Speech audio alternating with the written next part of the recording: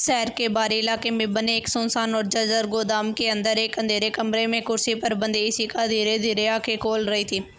Chloroform के असर से इशिका का सिर भारी हो रहा था। उसने जैसे हिलने की कोशिश की, उसे महसूस हुआ कि उसके हाथ और पैर रस्सियों से बंधे हुए हैं।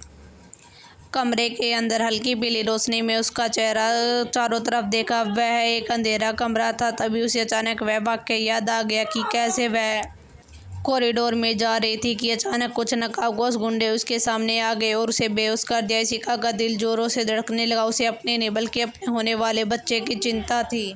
उसे अपनी जान का डर नहीं था, बल्कि अपने गर्भ में पल रहे उस बच्चे की चिंता थी। उसने अपना हाथ हिलाने की कोशिश की, लेकिन वह नाकामयाब रही। उसने मन ही मन ईश्वर से अपने बच्चे की सलामती की भीख मांगने लगी। तभी कमरे का दरवाजा खुला। समर मित्तल अपनी घटिया मुस्कान के साथ अंदर दाखिल हुआ। उसके पीछे उसके दो गुंडे खड़े थे। इशिका ने अपनी आंखों में नफरत भरकर उसकी तरफ देखा और अपने कड़क आवाज में उससे कहा, कौन हो तुम और मुझे क्यों किडनैप किया है? समर मित्तल जोरों से हंसने लगा और इशिका के करीब आकर खड़ा हो गया। उसने उसके चेहरे को कसकर पकड़कर गुस्से में कहा, मैं समर मित्तल हूँ, तुम्हारे पति का सबसे पुराना दुश्मन। तुम्हारे पति अथर्व अग्निवंशी की वजह से तुम आज यहाँ पर हो।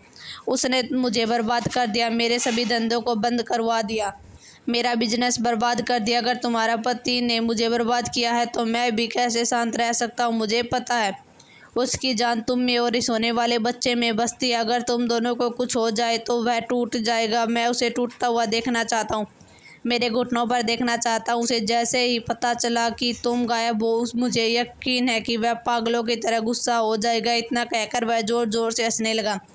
समर की घटिया बातें सुनकर इशिका ने उसे नफरत से देखा। उसके चेहरे पर डर गायब हो गया और आत्मविश्वास ने जगह ले ली।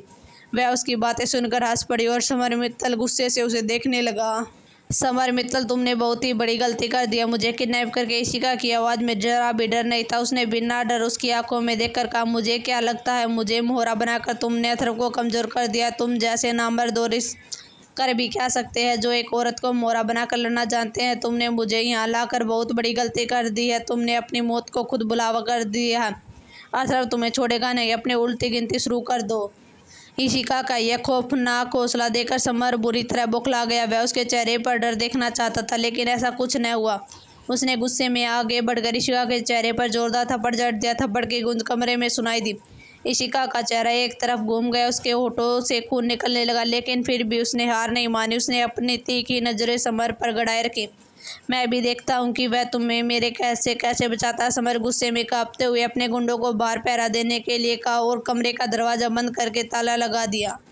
उसके जाते ही इशिका ने अपनी आंखें बंद कर ली और उसकी आंखों से आंसू बह निकले। अब तक उसने जो हिम्मत दिखाई थी वह अब कमज़ोर पड़ने लगी थी। वह मन ही मन अपने बच्चे को भरोसा दिलाया और अपने पति अथर्व को याद करके मन ही मन कहा, मुझे पता अथर्व आप ज़रूर हमें बचा लेंगे और जल्दी से आ जाइए अपनी इशिका के पास। हम दोनों ही आपका बेसब्री से इंतज़ार कर रहे हैं।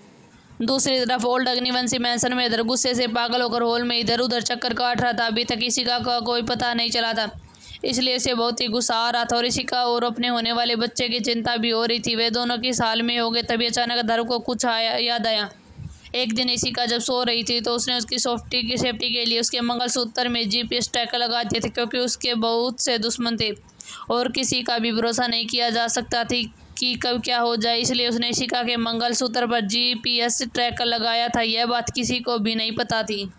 आर्यन, मेरा लैपटॉप लाओ तुरंत। तभी अथर्व ने चिल्लाकर कहा। आर्यन ने जल्दी से अथर्व का लैपटॉप लाया। अथर्व ने लैपटॉप पर वही सोफे पर बैठकर अथर्व की उंगलियां तेजी से कीबोर्ड पर चलने लगी। उसने उस सीक्रेट ट्रैकर को ट्रेस से कनेक्ट कर दिया। स्क्रीन पर एक लाल रंग का डॉट ब्लिंक दिखाई देने लगा। यह लोकेशन शहर के बाहर एक पुराने गोदाम की तरफ थी। उसके बाद उसे पता चला कि इन सब के पीछे उसके पुराने दुश्मन समर मित्तल का हाथ है। उसने उसे कमज़ोर करने के लिए इशिका को किडनैप किया। समर मित्तल का नाम सुनते ही वह गुस्से से बौखला गया। तो यह सब समर मित्तल का किया धरा है, जिसने मेरी बीवी को नुकसान पहुंचाने की कोशिश की। उसे जिंदा रहने का कोई हक नहीं है। समर मित्तल को मैं अपने हाथों से मारूंगा। उसके बाद अथर्व ने पूरे परिवार की तरफ देखकर कहा, आप सब चिंता मत कीजिए, इशिका की लोकेशन मुझे मिल गई है। मैं इशिका को और हमारे होने वाले बच्चे को कुछ नहीं होने दूंगा। उन्हें मैं सुरक्षित वापस लेकर आऊँगा। अब तक आप लोग इंतज़ार कीजिए। सभी ने हाँ में सिर हिला दिया और इशिका से की सलामती के लिए ईश्वर से दुआएं करने लगे। अथर्व तुरंत बाहर गया, उसके साथ आर्यन भी गया। वे लोग तुरंत गाड़ी में बैठे और गाड़ी तूफान की रफ्तार से बाहर निकल गई। उसके पीछे उसकी गाड़ियों का काफिला था। रात के सन्नाटे को चीरते हुए उसकी गाड़ी सीधे समर मित्तल के ठिकाने की तरफ बढ़ रही थी। गाड़ी चलाते हुए अथर्व ने मन ही मन कहा, चिंता मत करो इशिका, मैं बस पहुंचने ही वाला हूं। तब तक तुम अपनी हिम्मत बनाए रखना, मैं जल्द ही तुम दोनों के पास पहुंच जाऊंगा।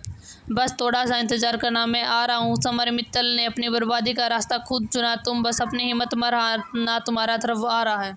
गाड़ी की रफ्तार और तेज हो चुकी थी और यह रफ्तार समर मित्तल के साम्राज्य के अंत की ओर संकेत कर रही थी। रात के सन्नाटे को चीरते हुए अथर्व की काली एसयूवी को एक विशाल काफिला तूफान की रफ्तार से समर मित्तल के ठिकाने पर आ पहुंचा। गाड़ियों की टायर जमीन पर इतनी तेजी से घिसते हुए गई, चारों तरफ धूल का गुमार उड़ गया। सारी गाड़ियों के दरवाजे पर एक खुले। सबसे आगे वाली गाड़ी से हमारे माफिया किंग अथर्व अग्निवंशी नीचे उतरा। उसके चेहरे पर साक्षात यमराज जैसा खड़ा भाव था और आंखों में खून उतरा हुआ था। उसके ठीक बगल में उसका दोस्त आर्यन ओबरॉय नीचे उतरा। उसके चेहरे पर भी गुस्सा था और उनके पीछे अल्ट्रा मॉडर्न वेपन्स और लेंस, खूंखार बॉडीगार्ड और शार्प शूटरों की फौज तैयार थी। अंदर जितने भी गुंडे दिखे उनमें से एक भी जिंदा नहीं बचना चाहिए, लेकिन गोलाबारी संभाल कर करना। अंदर मेरी इसी का भी है। अथर्व की बर्फीली और जानलेवा आवाज गूंजी। सभी बॉडीगार्ड ने ओके बॉस का और गोदाम पर धावा बोल दिया। समर मित्तल के गुंडे जो बाहर पहरा दे रहे थे उन्हें संभलने का मौका ही नहीं मिला और अथर्व के बॉडीगार्ड ने साइलेंसर लगी गन से एक एक करके उन्हें मारना शुरू कर दिया। कुछ ही देर बाद वहां लाशों का ढेर लगा हुआ था। अंदर के हंगामे की आवाज़ सुनकर समर मित्तल बाहर आया और उसने साथ उसके गुंडे भी आ गए। सामने अथर्व और उसकी भारी फौज को देखकर वह थोड़ा घबरा गया, लेकिन फिर संभल गया। उसके चेहरे पर घमंड आ गया। वह जोर जोर से हंसने लगा, हा हा हा, तो आखिरकार माफिया किंग आ ही गया। अपनी पत्नी को बचाने के लिए अथर्व अग्निवंशी यहाँ आकर तुम अपनी मौत को बुलावा दिया। तुम्हारी बीवी मेरे कब्जे में है। तुम्हारी एक गलत हरकत और उसका खेल खत्म। समर ने घटिया तरीके से हंसते हुए कहा। समर मित्तल की यह बकवास सुनकर अथर्व का गुस्सा सातवें आसमान पर पहुंच गया। वह अपनी खूंखार और ठंडी नजरों से समर को देखने लगा, मानो उसे कच्चा ही चबा जाएगा। समर मित्तल, तुमने मेरे इशिका को मोहरा बनाकर अपनी जिंदगी की सबसे बड़ी और आखिरी गलती कर दी है। अथर्व की आवाज़ इतनी भारी और भयानक थी कि वहाँ खड़े समर के गुंडों की भी हवा टाइट होने लगी। मैंने तुम्हें पहले भी बहुत मौके दिए थे, सुधर जाओ, अपने काले धंधों को बंद कर दो और अच्छाई के रास्ते पर आ जाओ, लेकिन नहीं, तुमने मेरी बीवी और मेरे होने वाले बच्चे पर हाथ डालकर अपना वह आखिरी मौका भी गंवा दिया। अब तुम्हें मुझसे कोई नहीं बचा सकता। तुम्हारा अंत सिर्फ और सिर्फ मेरे ही हाथों से होगा।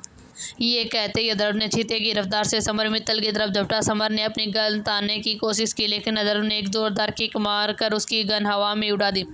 अथर्व ने समर के जबड़े पर एक के बाद एक कई मुक्के जड़े, जिससे समर के मुंह से खून का फव्वारा छूट गया। दूसरी तरफ आर्यन भी अपने दोस्त के साथ कंधे से कंधे लड़ाकर गुंडों से लड़ रहा था। आर्यन ने दो गुंडों को अपने मजबूत पाँव में जकड़ा और उसके सर आपस में दे मारे, जिससे वे भाई बेहोश होकर गिर पड़े। आर्यन किसी ट्रेंड फाइटर की तरह समर के आदमियों की धज्जियां उड़ा रहा था। अथर्व इस वक्त गुस्से में अंधा हो चुका था। उसने समर मित्तल को कॉलर से उठाया और उसे लोहे की एक बड़े कंटेनर से मारा। समर मित्तल की पीठ की हड्डी में तेज कड़वाहट हुई। वह पूरी तरह लहूलुहान हो और गंभीर रूप से घायल हो गया। उसे एहसास हो गया कि वह अथर्व के इस रूप के सामने 2 मिनट भी जिंदा नहीं बच पाएगा।